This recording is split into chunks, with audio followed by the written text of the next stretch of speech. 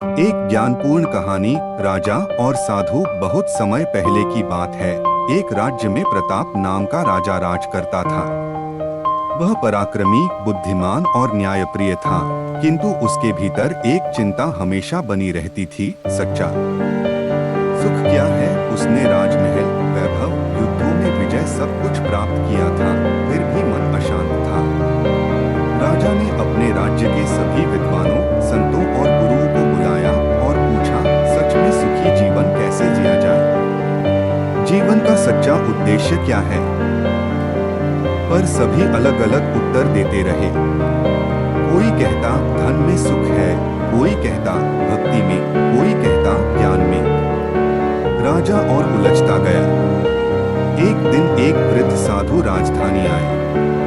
उनका चेहरा शांत, आंखें गहरी और चमकती हुई, जैसे उन्होंने जीवन के रहस्य को समझ लिया हो।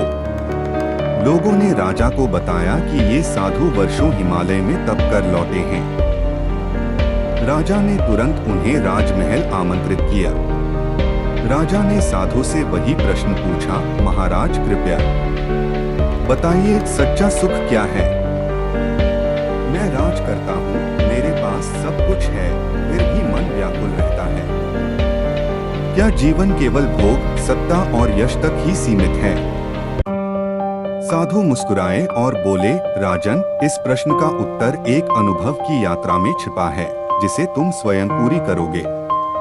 यदि तुम वास्तव में जानना चाहते हो कि सच्चा सुख क्या है, तो तुम्हें एक वर्ष के लिए अपना राज्य, अपनी पहचान और भोगविलास छोड़ने होंगे। क्या तुम तैयार हो? राजा हतप्रभ रह गया, किंतु भीतर कहीं एक आवाज आई, यही सत्य की राह है। राजा ने अपने छोटे भाई को राज्य सौंपा, अपने राजसी वस्त्र त्यागे और साधु के साथ निकल पड़ा। वे दोनों गांव-गांव गए, खेतों में काम किया, बीमारों की सेवा की, जंगलों में भटके, भूखे सोए, भजन किए, ध्यान में बैठे। राजा ने पहली बार जीवन को बिना सत्ता और अधिकार के जिया। कभी उसने एक किसान के घर चूल्हा जलाया, कभी एक बूढ़ी माँ की आंखों में आंसू पोंछे, कभी बच्चों के साथ मिट्टी में खेला। धीरे धीरे उसके भीतर कुछ बदलने लगा। एक वर्ष बीत गया। साधु ने पूछा, अब बताओ राजन, क्या पाया तुमने? राजा की आंखें नम थीं। वह बोला, मैंने जाना कि सच्चा सुख सेवा में है, सरलता में है, प्रेम और करुणा में है।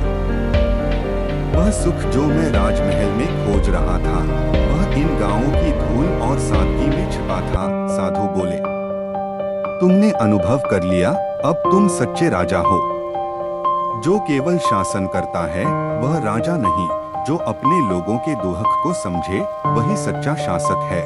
राजा प्रताप लौट आया, किंतु अब वह पहले जैसा नहीं था। वह सरल जीवन जीता, जनता के साथ भोजन करता, खुद खेतों में उतरता और हर निर्णय में करुणा का भाव रखता। उसके राज्य में कोई भूखा नहीं रहता, कोई रोता नहीं था।